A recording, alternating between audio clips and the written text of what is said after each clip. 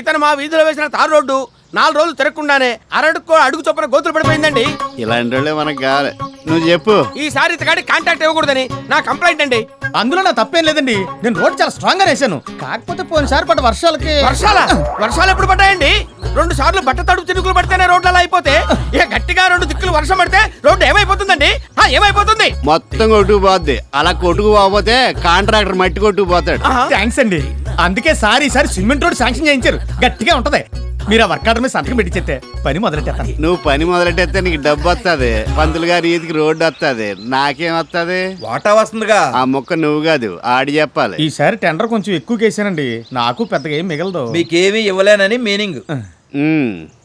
ఒరే గన్న, మన ఊరికి అవుటర్ రింగ్ రోడ్ శాంక్షన్ అయింది, నీకు తెలిసిందిరా?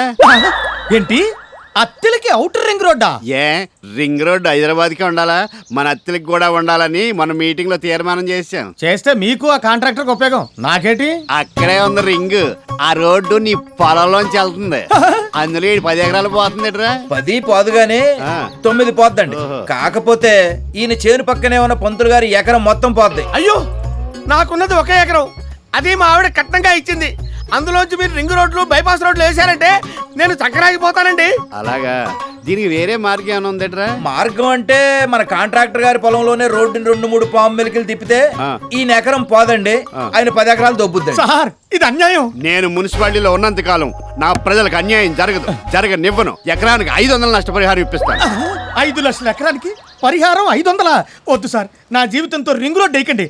ఆ రోడ్ కాంట్రాక్ట్ లో మీకు వాటా ఎంత కావాలో చెప్పండి. లైన్ లోకి వచ్చేసాడండి. అయితే రింగ్ రోడ్డు పనులు తాత్కాలికంగా పెండింగ్ లో పెట్టమను. మొత్తం కాంట్రాక్ట్ ఎంత? 10 లక్షలండి. అయితే 20% పట్టుకొచ్చేసి పేపర్లు పట్టుకెళ్ళు. లేట్ అయితే రింగ్ స్ట్రాంగ్ అవుద్ది, బెండు తీయటం కష్టం అవుద్ది. అలాగేనండి. వెళ్ళు, నువ్వు కూర్చో పంతులు.